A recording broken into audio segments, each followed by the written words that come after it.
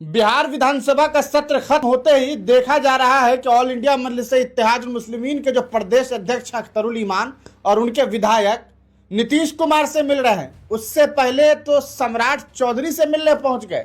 भाई क्या वजह है कि इन लोगों से मिलने जा रहे हैं? अरे भाई, तो बिहार के नेता नीतीश कुमार हैं, बिहार के मुखिया और बिहार के मुख्यमंत्री नीतीश कुमार हैं, तो किससे मिलेंगे? तेजस्वी यादव से, जिनका डब्बा गोल हो गया। तेजस्वी यादव खुद सदर में नहीं रह रहे हैं, कहां भागे हुए हैं? ये तो बताएंगे आरजेडी के वो लोग जो सीना पीट पीट के कह रहे थे कि हम इतने वोट से जीत रहे हैं, और जब रिजल्ट आया तो पता चला कि भाई विपक्ष में बैठने लायक नहीं बचे हैं। ये तो खूबसूरती है लोकतंत्र की कि अख्तरुल ईमान साहब विपक्ष का रोल निभा रहे हैं, वरना वहां विपक्ष में डर से किसी का मुंह नहीं खुल रहा है। जाहिर सी बात है भाई, किससे मिलेंगे? बिहार के मुखिया कौन है? नीतीश कुमार।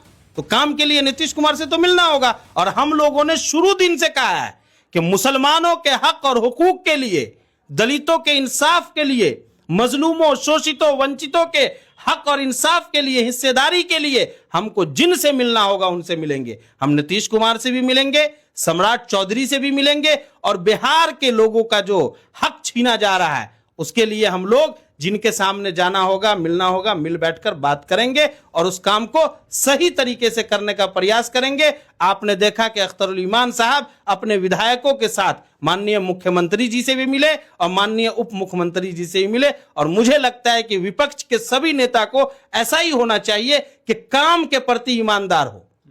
अकड़ से काम नहीं चलेगा भैया, अकड़ से काम नहीं चलेगा। बिहार ने 5 साल के लिए जिसको मैंडेट दिया है, अगले 5 साल तक काम के लिए उनके यहां जाना है, यह आपकी जिम्मेदारी है। ऐसा नहीं, हमारे विधायक थे ना, पूर्व विधायक मधुबनी के, कहते थे हम विपक्ष में हैं। भाई आपका बड़का बड़का साम्राज्य बन गया विपक्ष में रहते हुए, जनता के काम का नंबर आया तो करे विपक्ष में है। आरजेडी के सारे नेताओं का यही टोटाबाजी था पूरे बिहार में, विपक्ष में है। जनता ने कहा भैया अब तुम विपक्ष में भी मत रहो, तुम जाओ, तुम न सत्ता में बैठने के लायक हो और न विपक्ष में बैठने के लायक हो। जनता ने विपक्ष से भी खारिज कर दिया। इसलिए विपक्ष का जो जिम्मेदारी अख्तरुल ईमान साहब निभा रहे हैं, सभी नेता को पूरी ताकत और मजबूती के साथ जिम्मेदारी निभाना चाहिए।